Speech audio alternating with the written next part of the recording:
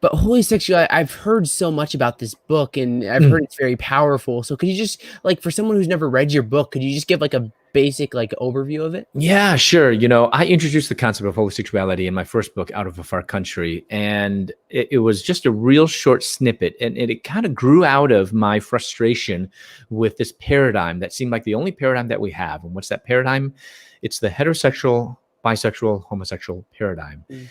And we've just pigeonholed ourselves into, as Christians, thinking that's the only way to think about sexuality. And yet, as I understood, the reality was that this paradigm doesn't, it's like trying to fit a square into a round hole or a round peg into a square hole. It just doesn't work.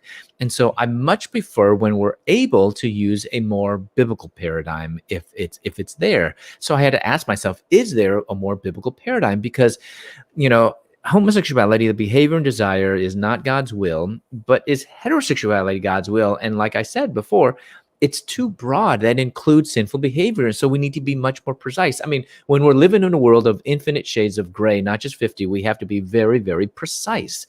So I wanted to be precise as well. God is precise.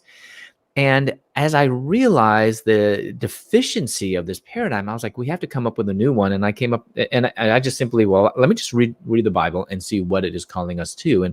And what the Bible is calling us to is two paths. First, which we all start on, everyone starts in this path, is you're not married.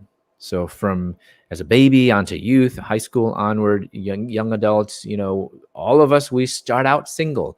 And so when you're a single man or single woman, how do we live in regards to our sexuality? We're going to be sexually abstinent. That's what God is calling us to.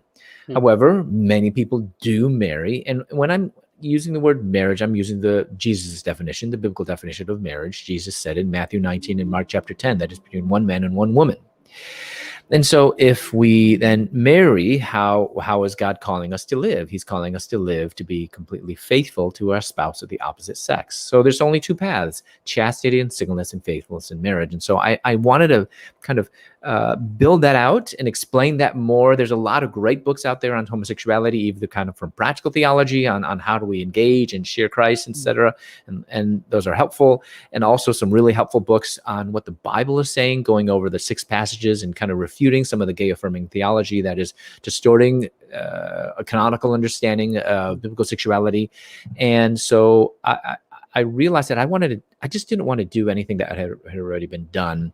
But what I saw lacking was a book that actually addressed sexuality from a theological perspective. And you're like, maybe somebody listeners might think, well, isn't that the same, biblical and theological?